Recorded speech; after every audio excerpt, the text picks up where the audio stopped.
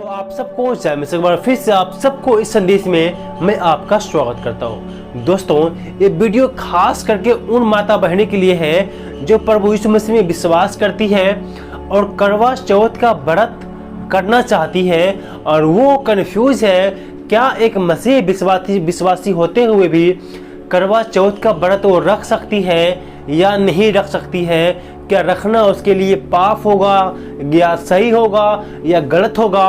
अगर इन बातों में आप जानना चाहते हैं इस विषय पर तो इस पूरा संदेश को आप शुरू से अंत तक जरूर सुनिए ताकि आप जो है इस विषय पर गहराई से समझ सको कि पवित्र बाइबल इस विषय पर अर्थात परमेश्वर का वचन आपको क्या कहती है। मेरे प्रियो, बिना किसी देरी के चलिए इस वीडियो को हम शुरू करते हैं। अगर आप करवा चौथ का व्रत रखना चाहती है लेकिन आप पहले करते थे, आप प्रभु यीशु मसीह में विश्वास किए, तो अब आपको क्या करना चाहिए क्या नहीं करना चाहिए वो आपको बाइबल पढ़ के ही जानकारी मिलेगा।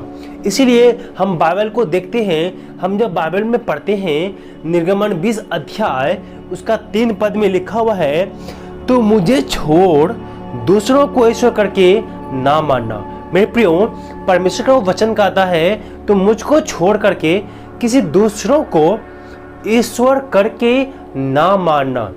आप जिस किसी देवी देवता से पूजा पाठ करते हैं तो आप अपने उसे इष्ट देव के रूप में मानते हैं या उसे परमेश्वर समझ के उसको आप पूजा आराधना करते हैं, अर्थात परमेश्वर के स्थान पर आप उन देवी देवताओं को बिठाते हैं, उसके बाद में फिर आप उसका पूजा आराधना करते हैं। लेकिन जब आप मसीह विश्वासी बन गए, प्रभु यीशु मसीह में विश्वास किए, तो आपके लिए सब कुछ यहोवा परमेश्वर है। आप यहोवा परमेश्वर से ही पूजा करेंगे, उससे ही आप प्रार्थना करेंगे, उससे ही आप धन्यवाद देंगे। सब कुछ आप परमेश्वर के साथ ही करेंगे और बाइबल पढ़ेंगे और प्रार्थना करेंगे। कोई भी देवी देवता के मूर्ति के आगे या मूर्ति पूजा करना आपके लिए गुनाह है। वो उसके लिए है जो उस पर आस्था, जो उस पर विश्वास करता है। आपका विश्वास उस निर्जीव मूर्ति पर नहीं है, आपका विश्वास जीवते परमेश्वर पर है जो जिंदा और जीवित खुदा है, उस पर आपने विश्वास किया है। तो इसीलिए ये जो करवा चौथ है, तो इसमें करवा नाम की देवी शायद या जो इसमें चांद की पूजा किया जाता है, जो इसे देखते छत पे जा करके चांद को देख करके उसको चलने अपने पति को देखते, जो भी पूजा विधि है, लेकिन इसमें चांद को देख करके व्रत को खोला जाता है। तो इस चांद को किसने बनाया? जिस करवा चौथ में आप चांद को देख करके व्रत को खोलते हैं, उस चांद को बनाने वाला कौन है?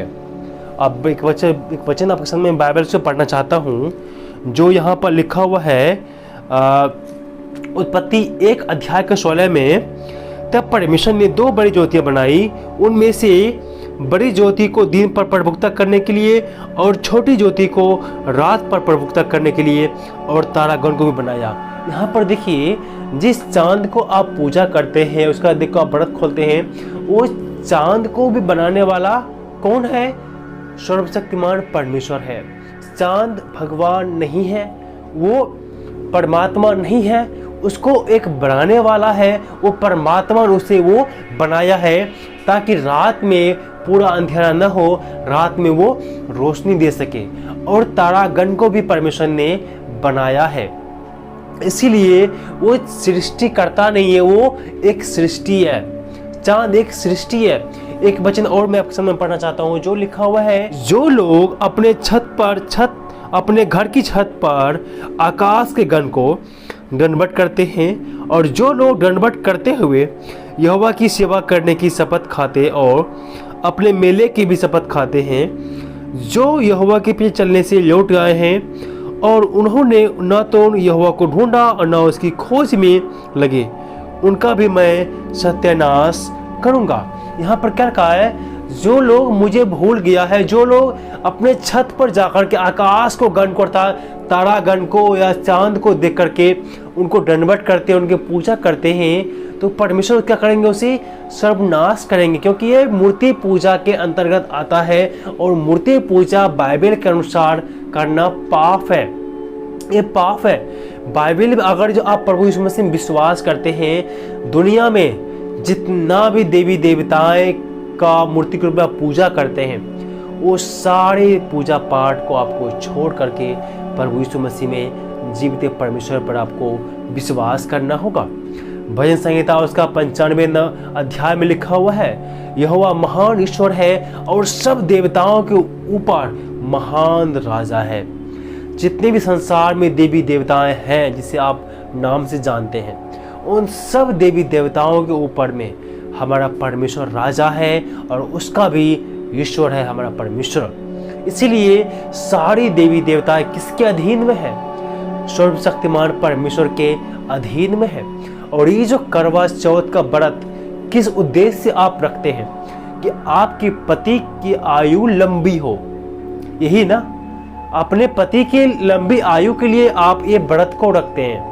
हम जब दूसरा राजा उसका 20 अध्याय को पढ़ते हैं, वहां पर राजा हिजकिय्याह के बारे में अच्छे से बताया गया है। राजा हिजकिय्याह को जब पता चला कि वो राजा हिजकिय्याह मरने वाला है, तो राजा हिजकिय्याह ने क्या किया?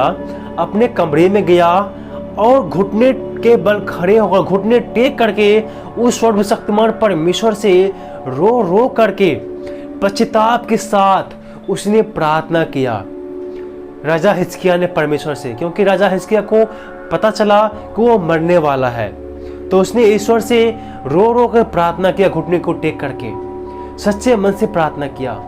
तो परमेश्वर ने राजा हिजकिय्याह की प्रार्थना को सुना और उसे कहा, मैं तेरी आयु और 15 वर्ष अधिक बढ़ा दूंगा। तो जब परमेश्वर राजा हिजकिय्याह की प्रार्थना को सुन सकता है, उसकी आयु को बढ़ा सकता है, तो वो परमेश्वर आपके पति की आयु को क्यों नहीं बढ़ा सकता है? आपके पति की आयु को भी बढ़ाने वाला परमेश्वर है। आप सच्ची श्रद्धा और भक्ति और विश्वास के साथ, उपवास के साथ में आप प्रार्थना कीजिए उस परमेश्वर से। अपने पति के लिए दुआ कीजिए, अपने बच्चे के लिए दुआ कीजिए, अपने परिवार के लिए प्रार्थना कीजिए।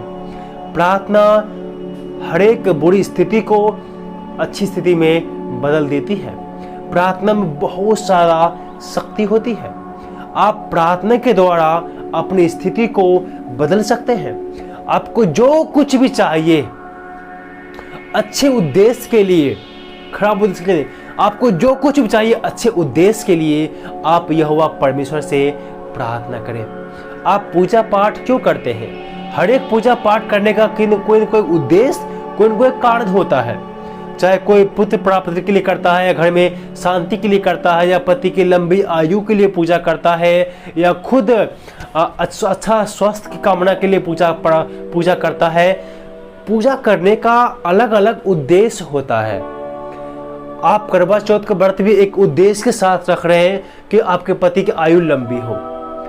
क्या उस करवा चौथ के पूजा करने से आपके पति की लंबी आयु होती है? हमको तो नहीं लगता किसी का आयु बढ़ा होगा, लेकिन अगर आप प्रार्थना करेंगे तो परमेश्वर आपकी स्थिति जरूर बदल सकता है। उसी दिन में आप प्रार्थना सभा रखिए, आप उपवास प्रार्थना अपने घर पर रखिए। उसी दिन में पूरा दिन आप बाइबल को पढ़िए और सर्वशक्तिमान परमेश्वर से अपने पति के लिए, अपने बच्चे के लिए, अपने परिवार के लिए आप प्रार्थना कीजिए। आप प्रार्थना कीजिए, लेकिन मूर्ति पूजा करके नहीं, सच्ची श्रद्धा और भक्ति के साथ आप परमेश्वर से प्रार्थना कीजिए। वो परमेश्वर आपकी प्रार्थना को जरूर सुनेगा। इसीलिए ये करवा चौथ का व्रत मूर्ति पूजा के तहत आप नहीं रख सकते हैं। और मैं आपको निष्कर्ष में बताता हूँ कि जो अगर आप प्रभु यीशु मसीह में विश्वास करते हैं, तो कोई भी व्रत जो मूर्ति पूजा से जुड़ा हुआ है और कोई भी त्यौहार जो मूर्ति पूजा से जुड़ा हुआ है, आप नहीं कर सकते हैं। और आप मूर्ति पूजा भी नहीं कर सकते हैं। आप जो कुछ भी कर सकते हैं, प्रभु से प्रार्थना कीजिए आपके परिवार के लिए, अपने बच्चे के लिए, अपने जीवन के लिए। उस परमात्मा से आप उपवास के साथ प्रार्थना कीजिए। वो परमेश्वर सब कुछ करने वाला परमेश्वर है। वो हमारा परमेश्वर जिंदा है, कोई मुर्दा नहीं है। ऐसा नहीं कि मेरा परमेश्वर मर गया फिर उठा ही नहीं, वो सो गया, ऐसा नहीं है। परमेश्वर प्रभु यीशु मसीह मृतकों में से 3 दिन के बाद वो जिंदा हो गया और 40 दिन और 40 रात इस पूरे संसार में बिताया और सबके सामने में, आंखों के सामने में वो स्वर्ग में उठा लिया गया। और वो वापस आएगा लेने के लिए। अगर जो आप मरते दम तक विश्वास में रहते हैं, आप विश्वासी बने रहते हैं, तो परमेश्वर जब वो आएगा तो आपको अपने साथ वो वापस ले जाएगा। इसीलिए ये पूजा पाठ, करवा चौथ या दिवाली, छठ, ये सब आप मत कीजिए। ऐसा करना आपके लिए पाप है। वो जो मूर्ति पूजा में यकीन रखता है, जो मूर्ति पूजा में विश्वास करता है, वो उसके लिए है। हो सके तो आप उसे भी समझाइए, ये सब करना, मूर्ति पूजा करना पाप है, गुनाह है। इसीलिए आप लोग मूर्ति पूजा ना करें। ये वीडियो मेरा बनाने का मकसद यही है कि आप मसीह विश्वासी को, जो माता बहनें प्रभु में विश्वास करती है, उसे सही रास्ता दिखाना और बाइबल के अनुसार किस प्रकार अपने जीवन को जी सकते हैं और परमेश्वर का जो संदेश है आपके लिए, वो आपके घर तक पहुंचाना, ये मेरा जिम्मेदारी है जो परमेश्वर ने मुझे सौंपा है। इसीलिए मैं आपको ये वीडियो बना करके आपको मैं बता रहा हूँ। इसीलिए मैं उम्मीद करता हूँ कि इस वीडियो के द्वारा परमेश्वर आपको आशीष दिया होगा।